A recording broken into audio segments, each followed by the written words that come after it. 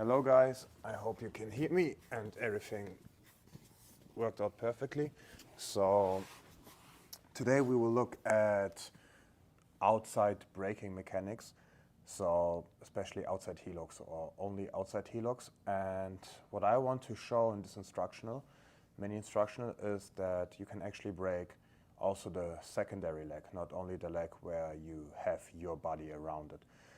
And yeah, I still see a lot of people struggling with outside braking mechanics, and especially people with longer limbs. Like, it took me a while to understand how to properly brake it, but I think this is why I can explain it pretty well to most people. So let's start with the first thing, and the first thing is that we need to understand how I can brake the secondary leg, not only the primary one. So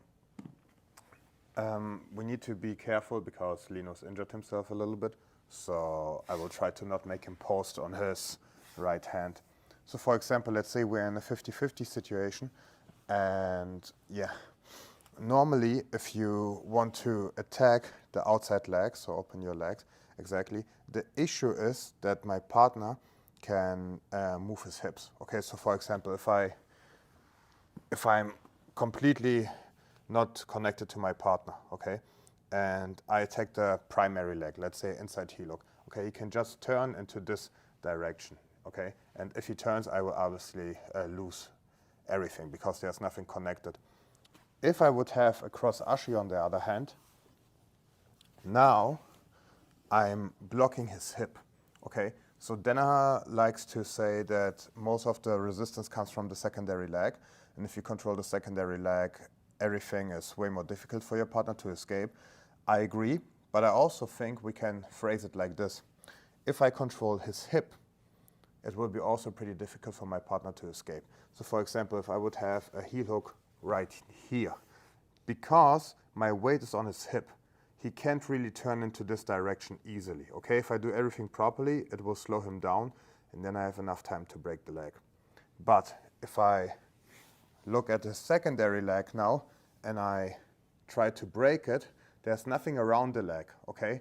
So technically he could still spin to this direction. Let's say I want to use the outside heel hook, and he spins, okay? And we have the cross ashi in place, so we should be able to hold him, but because, because we are rolling with the brake usually, and there's nothing reinforcing the brake to this direction, he can just roll with us because I'm moving my body. So usually I'm also moving my lower body, and this is why I'm not blocking this leg anymore. Okay, so this can be an issue. But if we understand how to control the hip properly, let me go a little bit back. So let's go back to the 50-50 example again, because this is the best example to demonstrate how to brake the secondary leg. If I'm in a 50-50 and I make sure that my partner can't move, okay, so we'll make sure that he now can't really move, and I will explain how I do it later. But if he now tries to roll into the other side, yeah, it's extremely difficult. And now I can start and apply outside heel hook pressure. And if I apply the outside heel hook pressure, there's nothing that pushes back, okay? So normally if you want to break a leg with a heel hook, you need to have opposite forces. So let's say one force goes here and the other force goes to his knee.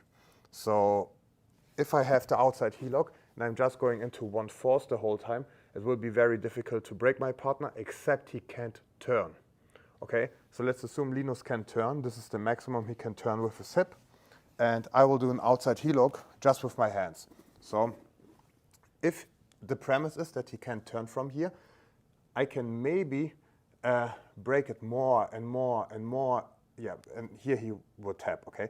You see what I mean? Like, if there would be opposite forces, I could tap him right here already. But because there's no opposite force, I need to break the leg into this direction, okay?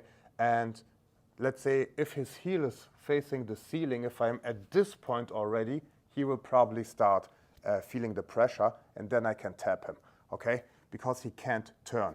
And if you have a proper strong grip, like this, for example, if I turn, he needs to turn with me. You see, if he's not turning with me, he will tap, right? Don't turn with me, tap. Because he can't turn with me. So we need to understand that if we control the hip, we can attack both legs. And we also briefly talked about the directions right now, so I want to talk about this also.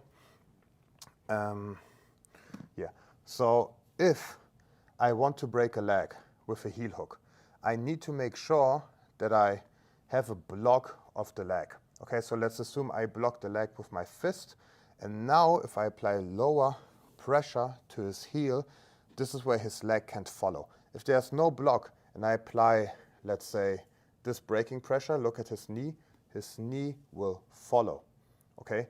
But the moment where his knee can't follow anymore, this is where the braking pressure happens, okay? And this is basically what an outside heel hook is. So we will look at it step by step from all the positions and how to actually break it from there. So this is a no-cut instructional. That's why I will look at this phone to just know where I am.